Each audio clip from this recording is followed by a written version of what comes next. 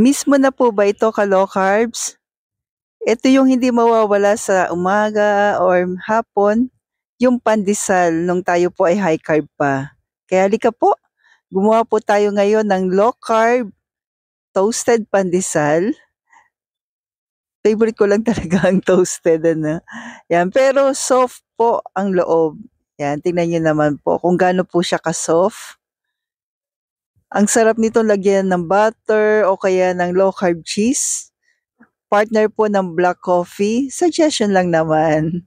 Kaya blessed day to you ka-low carbs. I-share ko po sa inyo kung paano po gumawa ng aking version po ng low carb pandesal. Una, kailangan natin po ng 4 pieces po ng egg. Ihiwalay lang po natin yung egg yolk kasi ang egg white lang po yung kailangan natin.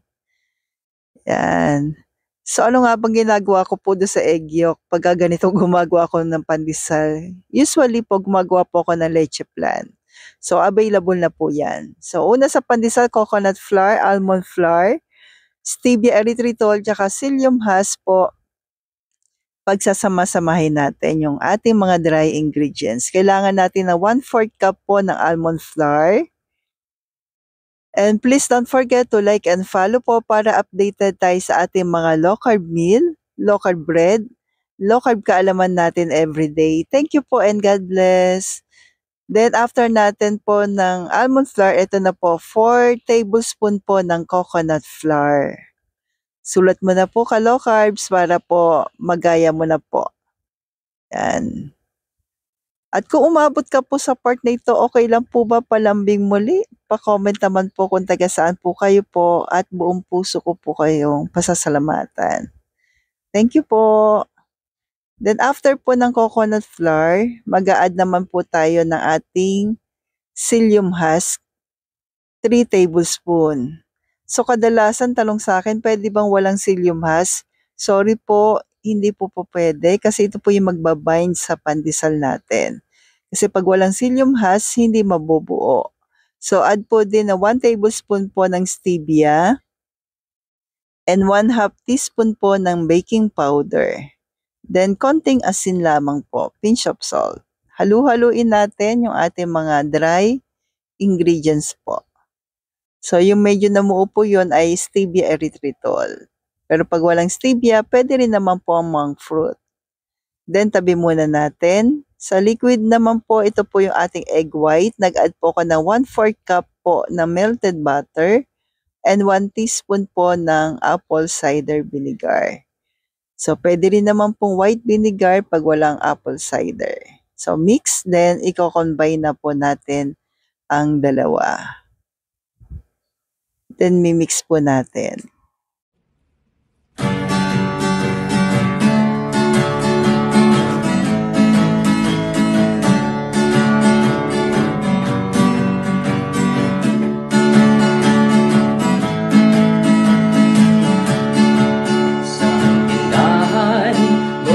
Essentials ay kumpletong matatagpuan.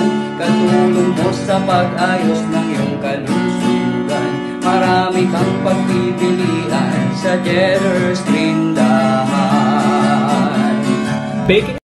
Add na lang po tayo ngayon ng 1 cup hot water.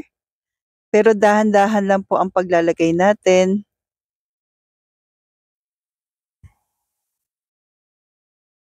Sa Jetter's Tindahan. Sa tindahan, low carb essentials ay kumpletong matatagpuan.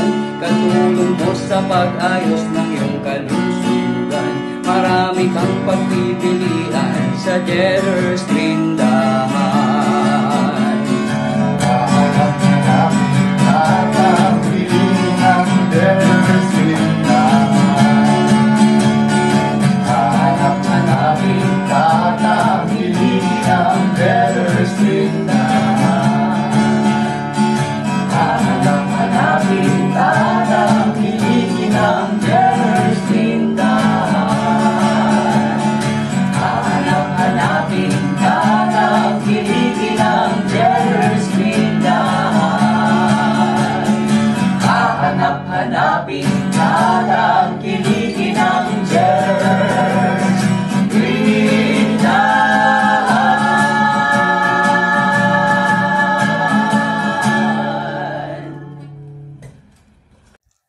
Takpan po natin ng 30 minutes. Itabi muna po. Then after nyan, magpipreheat na po tayo ng oven ng 230 Celsius in 15 minutes. Maglalagay po tayo dito ng psyllium husk habang nakapreheat po yung ating oven. Then ito na po. Yan. So katulad din po ng paggawa ng pandesal, imbis na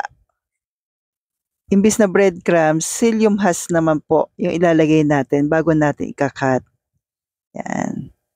So pagkukulungin po natin yung ating dough sa psyllium husk, lalagyan po natin lahat ng part nito bago natin po ikakat po yung ating pandesal.